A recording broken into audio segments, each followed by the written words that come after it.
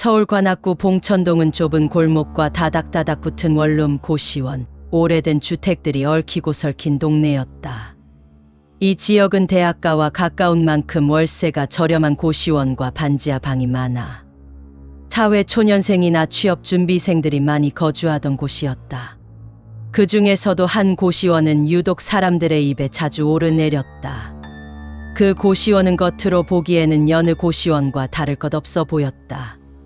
낡은 외관, 간판 위 희미하게 남아있는 형광등 불빛, 1층에는 문 닫은 PC방이 있고 3층과 4층이 고시원으로 쓰이고 있었다.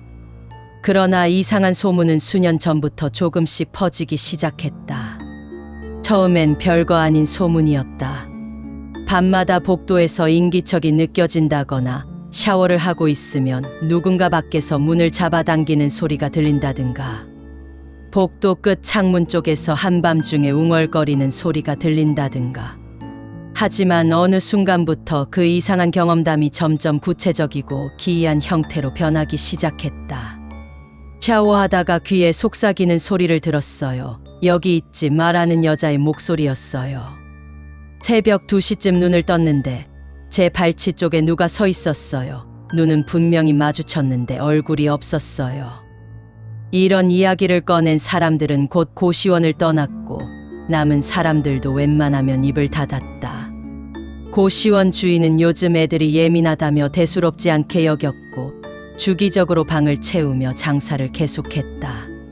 그 고시원은 구조상 복도가 길게 뻗어 있고 각 방은 크기가 작아 복도에 사람들이 모이면 금세 시끄러워졌지만 이상하게도 그곳만은 항상 조용했다.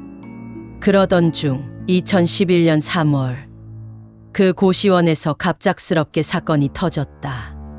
304호에 살던 30대 남성 김모 씨가 며칠째 연락이 끊겼다는 신고가 접수됐다. 가족은 연락이 닿지 않자 경찰에 실종 신고를 했고 마지막 행적이 고시원이라는 사실을 확인한 뒤 경찰과 함께 방문하게 된 것이다. 고시원 주인은 며칠 전에 나갔다가 안 들어온 것 같다고 말했지만 방 안은 정리되지 않은 상태로 각종 소지품과 노트북, 신분증 등이 그대로 놓여 있었다. 누가 급하게 나갔다기보단 그냥 일상을 멈춘 채 자취를 감춘 모습이었다. 경찰은 타살의 정황은 보이지 않는다며 일단 주변 CCTV를 확인하고 고시원 옥상과 인근을 수색했지만 별다른 성과는 없었다. 하지만 가족은 포기하지 않았다. 아들의 짐이 그대로 있는 점, 평소 자살 충동이나 우울증 병력도 없었던 점, 가장 중요한 것은 휴대폰과 지갑을 두고 외출했다는 점에서 범죄를 의심했다. 며칠 후 고시원 관리인이 천장에서 이상한 냄새가 난다며 경찰에 다시 연락을 했다.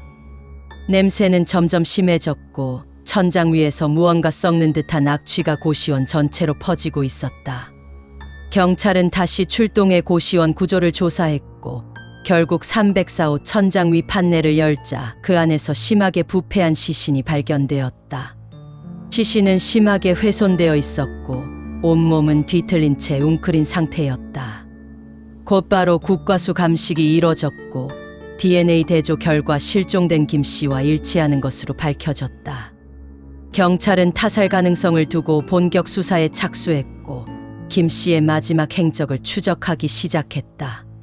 조사 과정에서 경찰은 고시원 내부 CCTV는 사각지대가 많고 설치된 것도 많지 않아 별다른 단서가 없음을 확인했다. 하지만 고시원 인근 편의점과 골목 CCTV를 분석한 결과 김 씨가 사라진 시점 근처에서 한 남성과 언쟁을 벌이던 장면이 포착됐다. 그 남성은 고시원 근처에서 오랫동안 거주하던 전과자 최모 씨였다.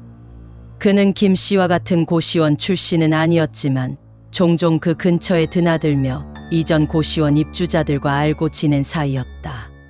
경찰은 최 씨를 유력 용의자로 지목하고 그를 불러 조사했다. 처음엔 혐의를 부인하던 그는 결국 압수수색 과정에서 김 씨의 물건 일부가 그의 자취방에서 발견되자 자백을 시작했다.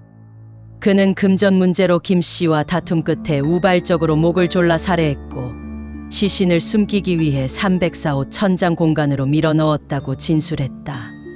고시원 내부 구조는 노후된 탓에 천장 위 공간이 넓고 구조물 간격이 커서 성인 남성 시신 하나를 넣는 것이 물리적으로 가능했던 것이다.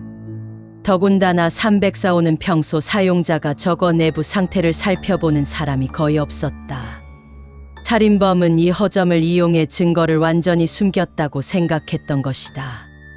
하지만 시신이 부패하며 악취가 번지고 그동안 괴담으로만 치부되던 이상한 이야기들의 실체가 드러나기 시작했다.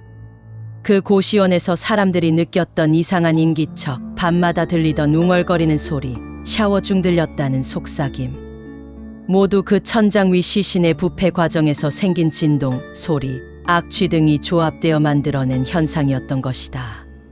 한 입주자는 훗날 경찰 조사에서 이렇게 증언했다. 저는 진짜 귀신인 줄 알았어요. 새벽마다 복도 끝에서 사람이 움직이는 소리가 났는데 CCTV에는 아무도 없다고 했거든요. 그런데 알고 보니 그 위에 사람이 있었던 거였네요. 사건 이후 고시원은 폐쇄됐고 건물도 철거되었다. 하지만 이 사건은 사람들의 뇌리에 깊이 남았다. 단순한 도시괴담이 실제로는 살인사건의 흔적을 반영한 집단적인 감각의 왜곡이었다는 점에서 사람들은 소름을 금치 못했다. 몇몇 사람은 여전히 말한다. 그 고시원에 귀신이 나왔던 건 맞다. 다만 그 귀신은 단순한 혼령이 아니라 사람들의 기억에 각인된 사라진 자의 흔적이었을 뿐이다. 이처럼 봉천동 고시원 괴담은 한국 도시괴담 중 드물게 실화로 이어진 대표적인 사례로 남게 되었다. 우리 주변에서 일어나는 사소한 일들도 큰 사건을 해결하는 단서가 될 수 있음을 잊지 말아야 한다. 괴담은 가끔은 사실이 된다는 것을 명심하여야 할 것이다. 영상이 유익하셨다면 구독과 좋아요, 알림 설정 부탁드립니다.